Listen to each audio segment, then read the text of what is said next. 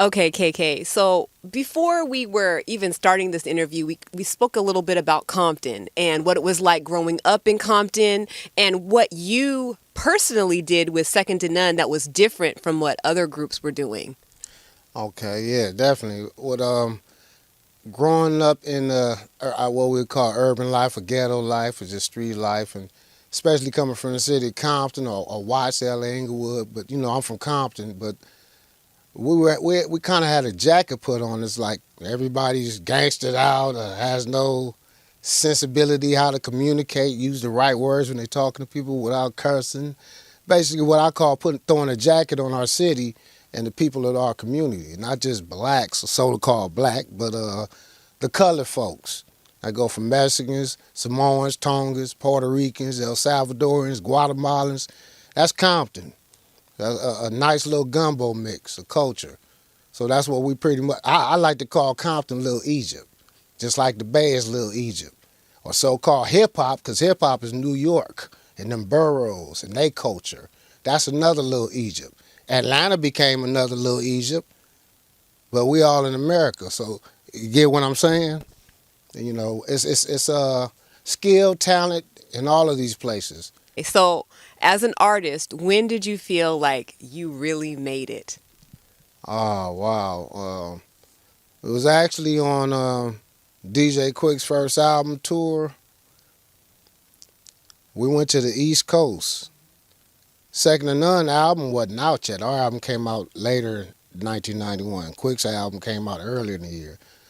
But from our underground tapes from the 80s, they spread across the United States. So 2-3 years later after underground tapes with 91 hit, we traveling around, we on the East Coast.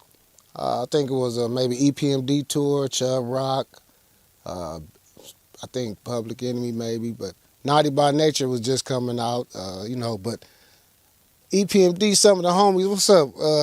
Some of the homies from New York, though, at that time, man, y'all calling the ladies woozoos and woozoos, that we don't appreciate. It's our queens, our sons, our love. I was like, well, we love women too. But where we come from, I'm gonna get to the point that this is the biggest moment, and we realized it was real.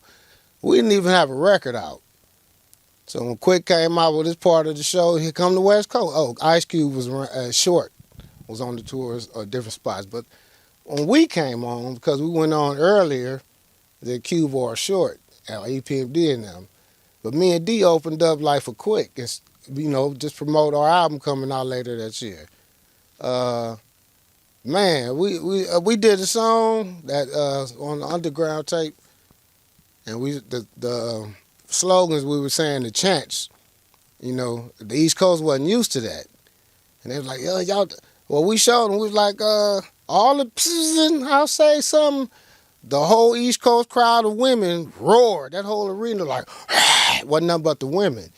You should have heard all the New York homies, the East Coast. It was like, that's how we knew we made it, because they knew the words to the underground tape songs.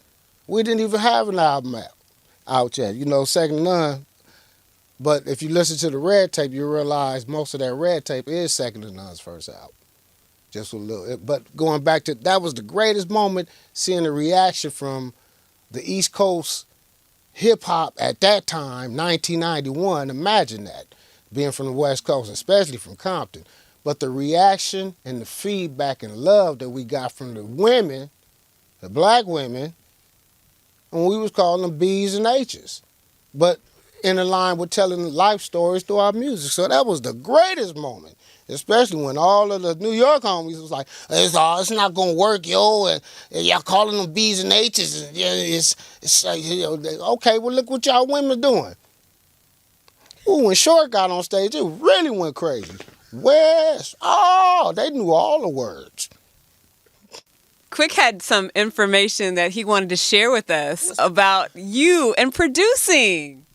I produced some kids, 5 of them, 3 grandkids. I programmed their drums for them. I was their beat maker.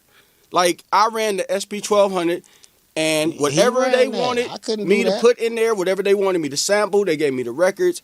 I sampled it for them. Those were their ideas, all of them. they was already producers, so they was stretching out. They learned how to produce themselves. More than the player was your idea, well, man. Only because I wanted to sample Al Green because that was my mama's favorite song. Yeah. And y'all liked the record. Y'all was like, cool.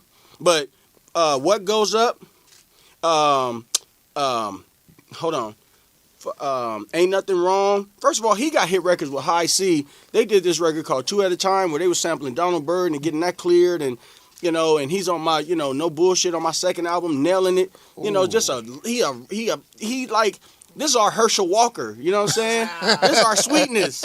This is our Walter Payton, bro. He gave me he was the runner. All we had to do was give him the ball. But even though I was a quarterback, sometimes we had to do a lateral where they had me run the pass, and he would drop back and throw it to me. So I produced records for him.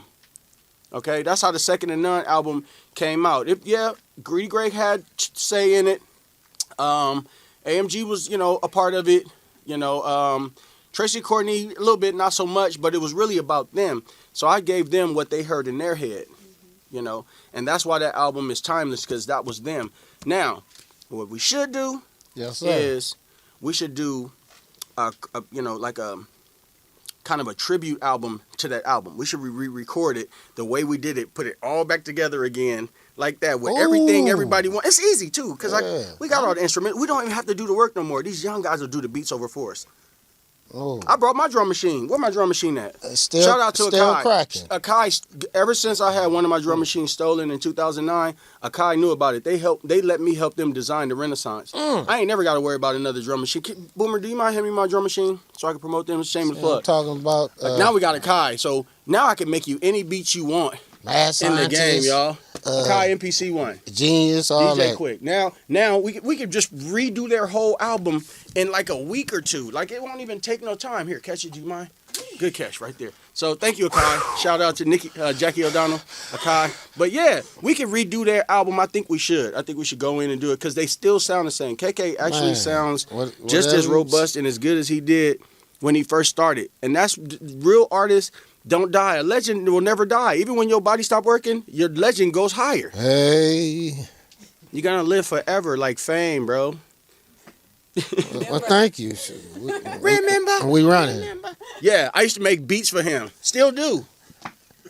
Man, I do something else on the good level. Getting shit done. I didn't cuss earlier, but I can't help it.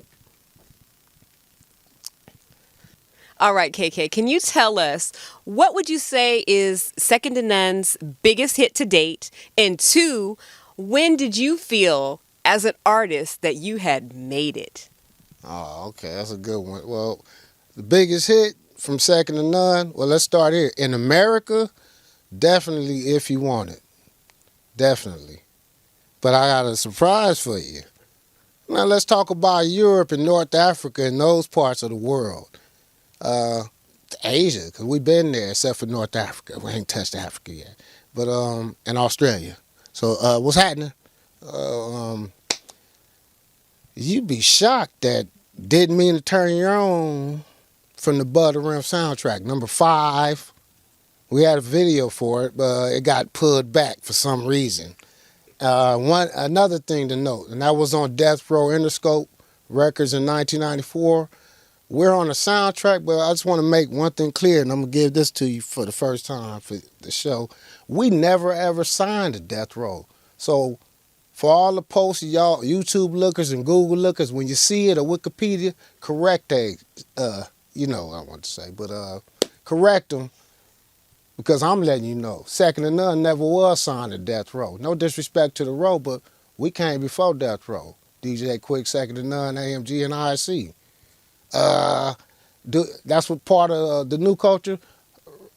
Keep learning. Do your research. If you can Google and YouTube stuff, you can pick up a book and read it, or a pencil and write it down instead of typing it and letting your phone control you.